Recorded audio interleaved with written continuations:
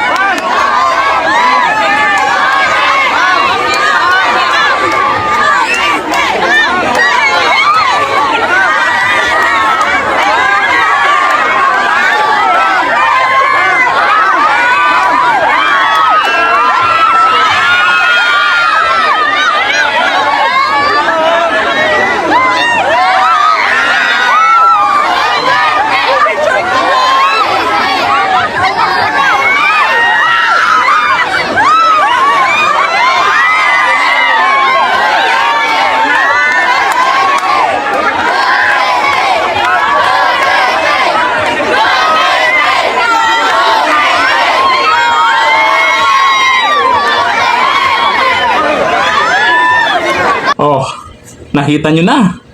Kaya nyo ba yan? Ha? Ay nako. Ang sigaw ng mga tao dyan, Duterte. Duterte. At paalala, hindi siya nanghihingi ng palakpak dyan. Basta yan ang kagustuhan ng mga tao dyan. Ang gusto ng karamihan dyan, siya ang magiging presidente sa 2028. Tapos yung iba dyan, gustong harangin ang gusto ng taong bayan. Kayo din. Kita nyo naman yan, oh. Kaya nyo ba yan, mga... Sino ba yung nandyan? Tambi. O, kaya nyo ba yan? Pag pumunta kayo dyan, may dala-dala pa kayong ayuda, pero hindi ganyan. Mag-welcome sa inyo yung taong bayan. Di ba? Hanggang ngayon, sa mga oras na to, naabutan na sila ng gabi, ayan pa rin, nandyan pa po si VP Sara Duterte sa Cebu, na kung saan sobrang natuwa, pati yung mga bata nagsisigaw, nagtatalon, at kahit sino, yung mga residente po dyan sa lugar na yan, pagdating ng gabi, ngayon mismo, ay nakapila sila sa gilid ng kalsada, nag-volunteer sila na bantayan ang seguridad ni Vice President Sara Duterte. The best, diba? Oh, ano na? Diba? Ang Pilipinas, Team Duterte pa rin. Straight Duterte na. Straight Team Suka na. Huwag naman sanang dayain pa. Alam natin, sure na.